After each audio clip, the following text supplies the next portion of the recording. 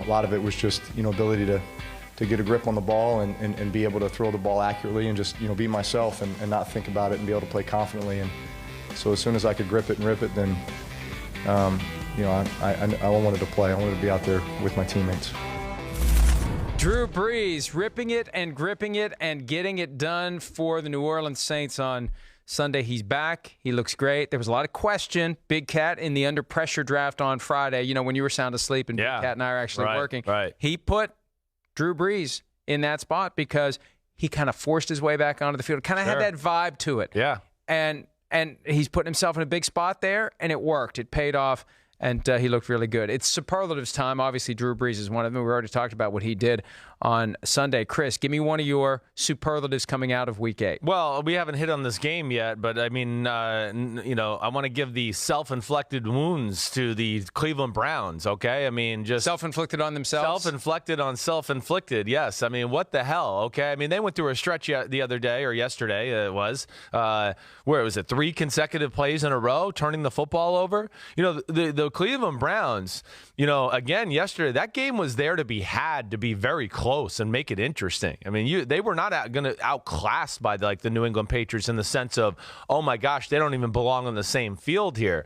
This is the second week in a row we're seeing the Cleveland Browns where, before their bye week, outplayed the Seattle Seahawks and made a lot of stupid turnovers there. Yesterday, just with not only to start the game, the fumble by Nick Chubb where his own guy kind of kicked the ball out of his hands, that gets returned for a touchdown. Okay, damn, you're in the hole against the New England Patriots, just where you wanted to be when you go up to New England.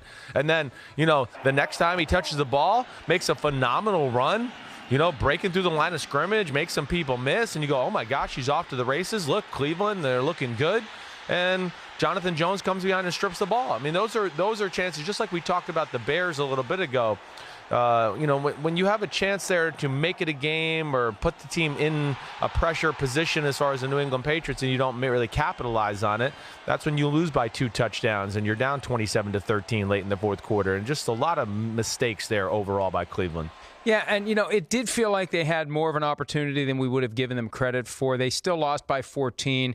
It didn't feel like... at times it felt like they were going to lose by 40, but they just kind of hung around. They did. And the Patriots didn't deliver that death blow. And I got to give the Browns some credit here. Yeah, sure. The bottom line, though, is they're still 2-5 through 7 games. This is not what anyone thought it was going to be for the Cleveland Browns this season. The schedule does soften a little bit, but they're down to maybe 2 more losses that they can tolerate. Yeah, they got to go 7-2 down the stretch. Basically. And to even have a chance of getting in, and that's going to be difficult for them to do. Yeah. All right, my first award is the Clear and Obvious Visual Evidence Award, because finally, we see the defensive pass interference replay review actually used after all these weeks of coaches wasting their red challenge flags. Frank Reich of the Colts, after T.Y. Hilton's left arm, right? He's running a crossing route where you typically like to, put 2 hands out to make the catch. Right. His left arm is being pulled behind him. Yanked, totally. No, and first of all, how in the hell do you not throw a flag for defensive pass interference in real time when you see the guy grabbing the receiver's arm from behind and holding it? But they didn't. Yep. So Frank Reich throws the red flag. And, it took a little while because I think Al Riveron, the senior VP of officiating, had to go through this, oh, my gosh, we have not used this for the last 5 weeks. And there have been some clear and obvious instances of significant hindrance of a receiver, but I've been told to push the bar really high, and I don't want to get in trouble for actually doing this, but how can I not call this defensive pass interference when the guy's hand was being held behind his back? Right, the old phrase, hey, I could do that with one hand tied behind my back. Yeah. No, you can't. No, you can't. No, you can't. That's significant hindrance, having a hand held behind your back. So, on one hand, I want to give Al Riveron credit for overturning the non-call of pass interference. But on the other hand, it just demonstrates how many other times he should have. And, look, I'd rather it not be overused, but where is the line here? Yeah. And I think yesterday further confirms nobody really knows where the line is. Yeah, no, I mean, I get you. I'm glad they got this right. I mean, this is... Look at it. If you're watching on TV, he's holding his hand behind his back. That is, I mean, I think that's why this is where the rule was really intended. I think this is what the NFL wants. Like, things are, they're so egregious. This was a huge play in the football game. It was a third down, and I think that's where we'll see when it's that obvious. But now, we've seen those, and he hasn't called them. I get you. I don't know if we've seen any that bad there. Week 4. Right. Philadelphia Eagles, Alshon Jeffrey. That one no, it was Marquez Valdez. No, before that, Marquez Valdez Scantling blown up by Avonte Maddox before the ball comes in. Yeah. No pass interference. No, I think that would be the one where I'd go, that probably should have been called. And there was even one in the Lions-Packers game where I think it was Kenny Golladay way down the field. Those jump out to me where I go, ooh, that was egregious. That should be overturned. I understand, like, the NFL, if it's a little hand fighting on both sides and, they're going to stay with what was called on the field. But what do you do if you're a coach now? When do you throw the red flag? We've been telling him for weeks, you're stupid for throwing the red flag. Yeah. Frank Reich throws it and it pays off. Now you got to revisit that. Well, yeah, that's one. No, I think that you do. You got to have the right people in your ear to go, oh, Frank, this is more than just two guys like fighting for position. This is truly like plain as day, like you said, the yanks his arm back, and it's basically tough. if the defensive back performs a de facto arm amputation to the receiver, then something crazy, the right? flag. Yeah, I think that's basically where we're going. But here's the bottom line. Yeah. You got to catch that in real time. You should. Al Riveron never should be in that position where he's got to rule defensive pass interference from afar. How do the officials not see that? That's what drives me crazy. That's the point to me. When like they go like, oh, I saw it. Illegal hands to the face. I'm 95 yards away. His pinky finger touched it. But then they don't see that down the middle of the field. You're like, what? I mean, you see stupid calls all over the league where you go, why are you even calling that? Like, oh, the guy's hands touched his face 50 yards away from the play. Like, it didn't matter, but we're going to call that. But here, this is in the biggest moment where it's like the go-to wide receiver for the team, and somehow that does not get seen. I don't get that. Prime example of how Sky Judge could be used to the NFL's benefit. That would be a spot where a video official could say to the referee, drop a flag, there was pass interference on that play. No replay review.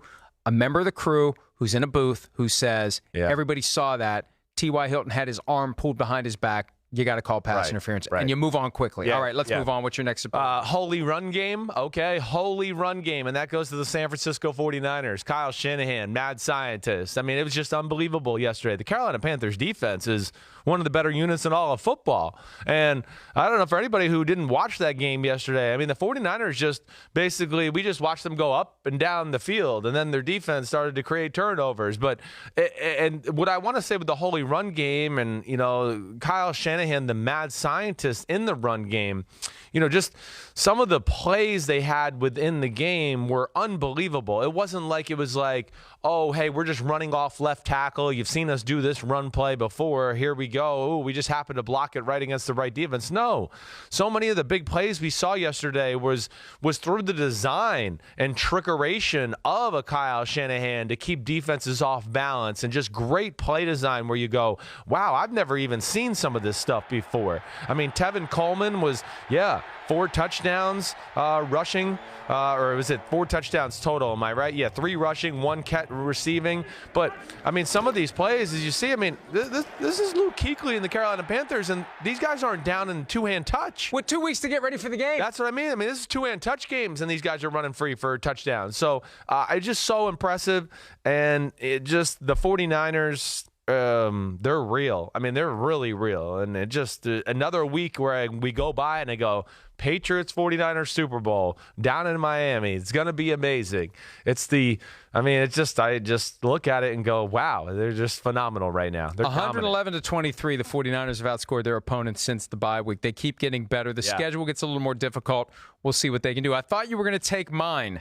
My superlative is the John DeFilippo Memorial Run the Football Award, because the Philadelphia Eagles, the team where DeFilippo was before he became the Vikings offensive coordinator and was fired last year for not running the ball enough, the Eagles woke up and ran the football on Sunday against the Bills. It helped that it was windy, but still, they got it done. And they ran for more yards against the Bills in the second half than anyone had run against the Bills for an entire game. Surprising. 31-13. One of the games we disagreed on last Thursday. Yeah. I just felt there's something about the Eagles. When they are backed against the wall, they find a way. And it's sad that it takes that for them to find a way. Right. They're good enough to win when they're not backed against the wall, but that's how it was all shaping up. And the Bills, I wasn't impressed with what they did against the Dolphins the prior week. They won by 10. It was much closer than that. It was. They could have and should have lost that game. I just felt like it was time. It was time for a little correction for the Bills and a big correction for the Eagles by running the football. And hopefully for them, this is the thing that springboards them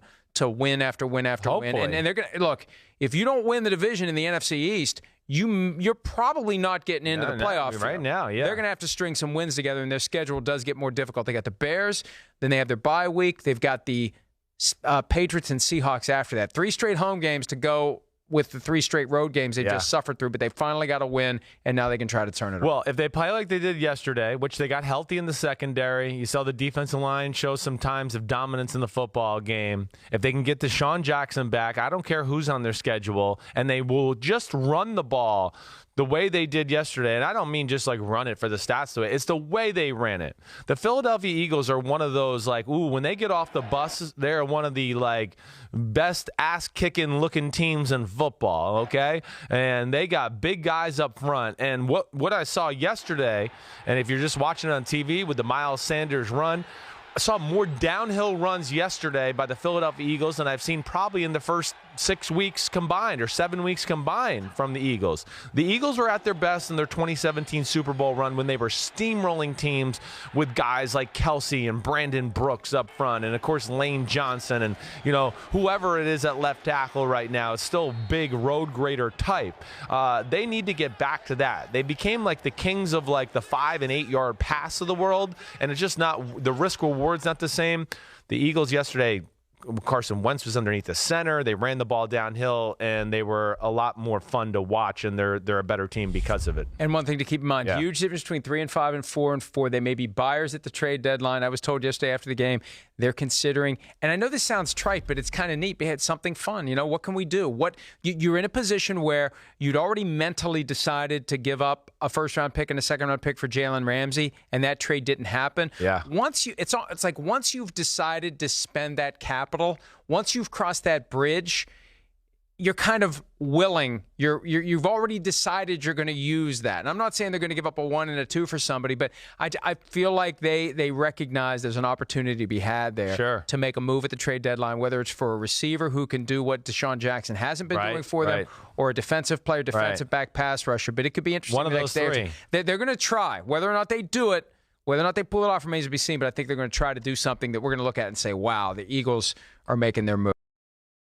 Hi, I'm Mike Tirico, and thanks for watching. Make sure to hit subscribe for the latest news and highlights from NBC Sports.